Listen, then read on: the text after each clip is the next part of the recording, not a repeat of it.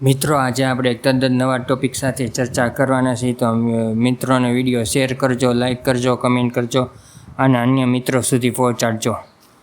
આજનો ટોપિક છે વિભક્ત કુટુંબ પ્રણાલી અને તેની બાળકો પર થતી અસરો.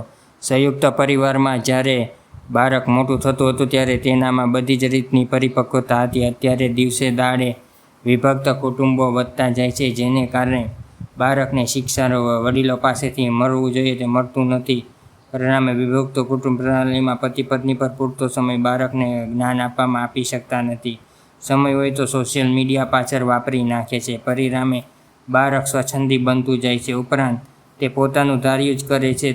તે ઉપરાંત પાશ્ચાત્ય સંસ્કૃતિની અસરો પર હવે તો બહુ જ દેખાવા લાગી છે. જે ભારતીય સંસ્કૃતિનું ધોવાણ કરીને દિવસે ને દિવસે તેમાં ધોવાણ વધતું જાય છે.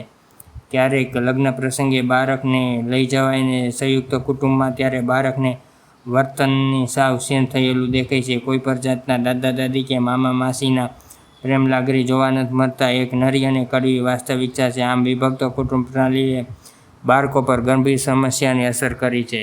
મિત્રો, વિભક્ત કુટુંબ એક આજની એક બહુ મોટી સમસ્યા છે, જેને કારણે બાળકનું વર્તન સાવ તુચ્છ થઈ ગયું છે અને બાળક સ્વચ્છંદી બની ગયું છે. તો માતા પિતાએ પર બાળકો પ્રત્યે આ વિકાસ કેળવવાની ભાવના રાખવી જોઈએ.